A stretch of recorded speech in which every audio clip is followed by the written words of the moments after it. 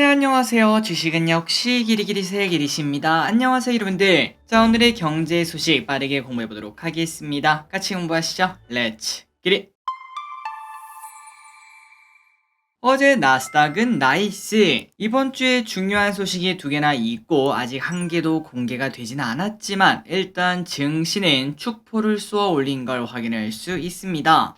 어제 애플은 소폭 상승으로 마무리가 되긴 했지만 그런데 엔비디아가 무려 8%나 급등 마감했고 또한 이 와중에 테슬라도 최근 들어 많이 하락했죠. 그런데 7%나 상승하며 미리 증시는 별일 없을 거야 여기에 베팅하는 걸 확인할 수 있습니다. 그리고 지금 우리가 가장 관심 있는 건 엔비디아겠죠. 이번 주에 마침 엔비디아 실적 발표도 있고 그리고 사실 AI 장의 대장주라고도 볼 수 있기 때문에 요 녀석의 흐름이 꽤나 중요할 것 같은데 실적이 나오지도 않았는데 이렇게 급등한 이유가 뭔가 봤더니 그냥 단순합니다. 실적이 매우 좋을 것으로 베팅을 하고 있다고 합니다. 다음입니다. 어제 이 소식도 뜨거웠을 것 같습니다. 엔비디아 지금부터 2배 더 오른다.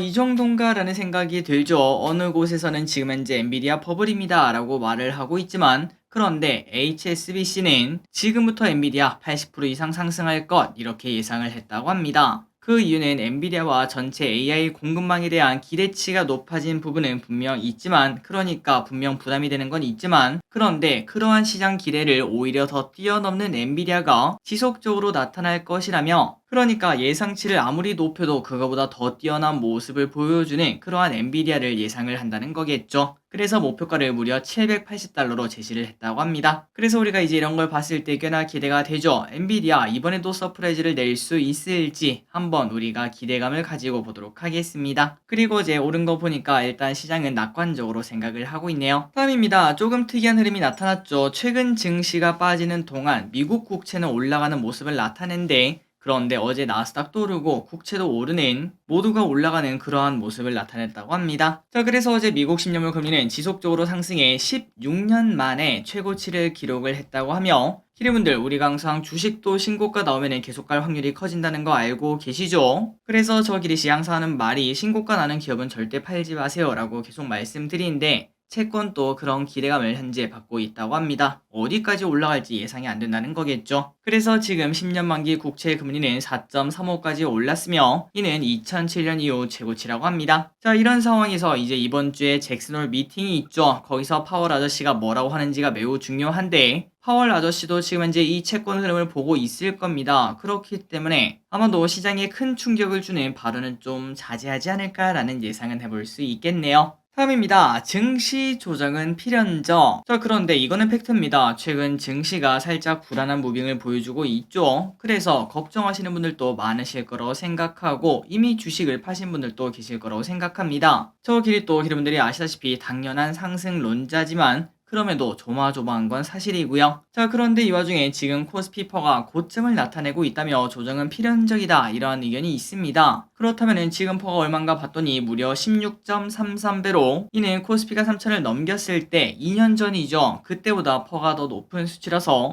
이거는 당연히 조정이 올 수밖에 없다라고 본다고 합니다. 그런데 이거는 당연히 초짜의 뷰라고도 볼 수 있겠죠. 여러분들 잊지 않으셨죠? 주식은 항상 6개월에서 1년 뒤를 선행하기 때문에 그렇기 때문에 지금 퍼는 솔직히 아무런 의미가 없습니다. 어제 상장했던 넥스틸 지금 퍼가 1.6인가요? 그럼에도 불구하고 주가 안 오르죠. 그 이유는 지금의 퍼는 아무 상관없고 앞으로의 실적, 앞으로의 퍼가 더 중요하기 때문입니다. 그렇기 때문에 지금 퍼 16.33배는 그냥 무시하셔도 되고 앞으로 다가올 미래인 12개월 선행 퍼 이거를 보는 게 맞고 이는 지금 현재 계산을 해보면은 11배 이하로 그리 높지 않은 걸 확인할 수 있다고 합니다. 그러니까 설령 하락한다고 하더라도 하락폭이 그렇게 크지 않을 확률이 높겠죠. 그러니까 너무 걱정하지 않으셔도 될 것 같습니다. 갑자기 뭐 중국에서 뭐가 파산하니 많이 그러한 대외 변수만 없으면은 증시는 지속적으로 위쪽을 가지 않을까라고 보고 있습니다.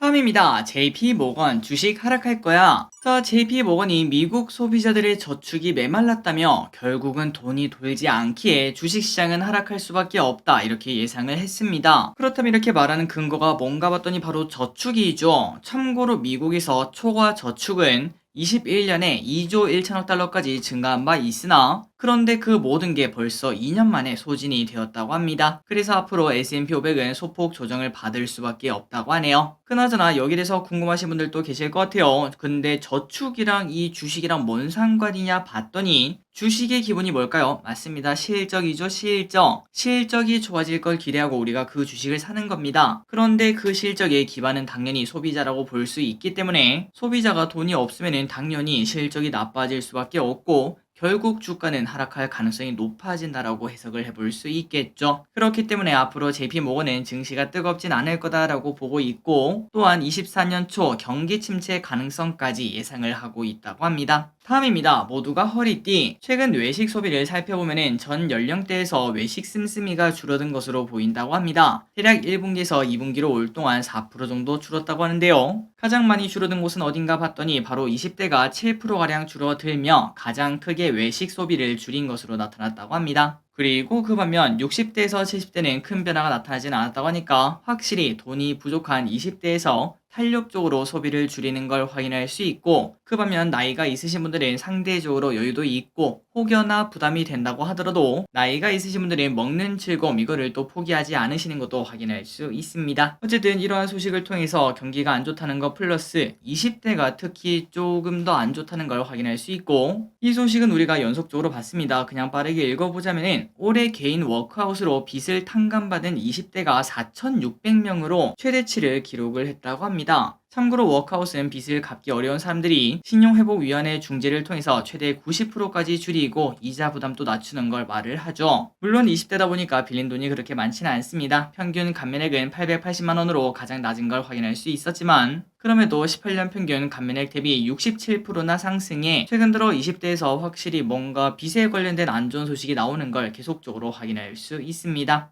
그리고 상태가 이렇게 안 좋은 거는 20대뿐만이 아니겠죠. 다른 소식을 이어서 보자면은 저축은행의 대출 문턱이 높아지자 급전이 필요한 소비자들의 카드론 사용이 늘어나고 있다고 합니다. 6월 기준 8개 카드사의 카드론 잔액은 34.8조였는데 지난달 말은 35.4조로 5천억이 증가하는 모습을 보였다고 하며 그 외에도 현금 서비스는 동기간 700억이 증가하는 모습, 리볼빙 잔액도 약 400억 가까이 증가를 했다고 합니다. 그러니까 말 그대로 대출 규모가 증가하고 있는 거고 당연히 이는 카드사들의 재무 건전성까지 위협할 수 있겠죠. 실제로 6월 기준 카드사 연체율은 1.58%로 전년 말 대비 0.38%나 증가를 했다고 하니까 절대 긍정적인 상황은 아니구나 라는 걸 우리가 연속적인 소식으로 확인할 수 있었습니다. 그래서 저기는 이제 올해 말 그리고 내년 초가 되면은 솔직히 올해 초부터 지금까지 증시 좀 많이 오른 바도 있지 않겠습니까? 물론 아직까지도 많이 배고프지만 이런 상황에서 안 좋은 이야기가 나오면은 결국은 하락을 좀 맞지 않을까, 단기간 조정이라도 오지 않을까라고 생각을 하고 있고 지난번에도 말씀드렸다시피 가을쯤 증시가 오르고 나면은 그때는 현금 비중을 조금 만들 계획을 아직까지도 하고 있다는 거 알려드리도록 하겠습니다. 나중에 확실하게 방향이 정해지고 그 다음에 혹시나 또 생각이 바뀌게 되면은 그때그때 바로 알려드리도록 할게요. 그리고 물론 알고 계시죠? 이 생각은 절대 맞을 수가 없기 때문에 참고만 하시면 될 것 같습니다. 다음입니다. ESG 아직도 여기에 투자니? 자, 2년에서 3년 전 세상에 돈이 넘쳐나던 시절 얼마나 돈이 많았으면 ESG라는 단어가 뜬 걸까요? 자, 참고로 ESG는 환경, 책임, 투명 경영 이를 뜻하는 말인데 말 그대로 돈 버는 거 말고 그 의미도 좀 생각하자 이런 거라고 생각하시면 될 것 같습니다. 그리고 그때 당시에는 전 세계 큰 연기금들이 ESG를 하는 기업에 투자하겠다 이런 얘기를 하면서 ESG 수혜주 그런 것들도 분명히 있었는데요. 그런데 지금은 오히려 반 ESG 펀드가 나오고 있으며 블랙록에서는 ESG라는 단어를 더 이상 사용하지 않겠다 이렇게 말할 정도로 상황이 바뀐 걸 확인할 수 있습니다. 그래서 우리가 이런 걸 봤을 때 투자의 본질은 어떻게든 돈을 버는 거라고도 볼 수 있고요. 모두가 행복할 때는 사실 ESG에 신경 쓸 시간이 있었지만 그런데 지금은 모두가 행복하지는 않기 때문에 사실은 총만 없다 뿐이지 완전 전쟁터 아니겠습니까? 그렇기 때문에 ESG는 뜬구름 잡는 소리로 치부되고 있는 걸 확인할 수 있다고 합니다. 다음입니다. CCTV 전국 확대 추진. 최근 묻지마 범죄가 나타나며 국민의 불안이 커지자 CCTV를 일단 늘리는 방향으로 정했다고 합니다. 물론 CCTV가 모든 걸 예방해주진 않겠지만 그래도 없는 것보단 낫겠죠. 그리고 단순 기록형 CCTV가 아니라 AI 기술을 바탕으로 거동이 수상한 사람을 찾는다든지 아니면은 뭐 갑자기 사람들이 뭐 뛴다든지 그런 것들을 보면은 단 1초라도 빠르게 대처가 가능한 그런 모습도 나타나지 않겠습니까? 그러한 CCTV도 당연히 주목을 받을 것으로 예상을 해볼 수 있습니다. 다음입니다. 미국은 MMF에 최근 기준금리가 오르면서 미국에서는 최근 MMF의 자금이 엄청나게 몰리고 있다고 합니다. 참고로 MMF는 단기 국공채에 투자하는 상품인데요. 어느 정도인가 봤더니 16일 기준 MMF 잔액이 5.56조 달러로 사상 최대치를 기록한 바 있고 일주일 만에 397억 달러가 유입이 되었다고 합니다. 그렇다면 갑자기 사람들이 여기에 열광하는 이유가 뭔가, MMF에 열광하는 이유가 뭔가 봤더니 고금리의 수익률이 높아졌기 때문이며 1년 이하 초단기 국채금리가 5.3에서 5.5까지 높아지자 MF의 수익률이 무려 5%가 그냥 넘기 때문에 증시가 조정을 받자 안전하다고 생각하는 이쪽으로 가는 걸 확인할 수 있다고 합니다. 그렇기 때문에 단기간의 트렌드라고 볼 수 있고 앞으로 기준금리가 어떻게 되느냐에 따라서 여기가 투자처로 계속 각광을 받을지 아니면 반짝 투자처가 될지 정해질 것 같습니다. 파월 아저씨의 말도 되게 중요하겠네요. 다음입니다. 밀리의 재도전. 작년에 상장을 도전했다가 정비 시간을 가졌던 밀리의 서재가 돌아왔습니다. 상장을 위해 증권신고서를 제출했다고 하는데 주관사는 미래에셋, 그리고 청약은 9월 18일부터 19일까지 진행될 예정이라고 하네요. 자, 밀리의 서재는 알고 계실 거라고 생각합니다. 도서 IP를 기반으로 오디오북, 오디오 드라마, 챗북, 도슨트북 다양한 콘텐츠를 개발하고 제공하는 플랫폼이라고 볼 수 있고, 그리고 작년에 흑자 전환에 이미 성공한 바 있죠. 자, 밀리의 서재가 우리에게 치킨을 줄 수 있을지 기대가 되는데 추가적인 내용은 9월에 공모주 영상으로 같이 확인해 보도록 할게요.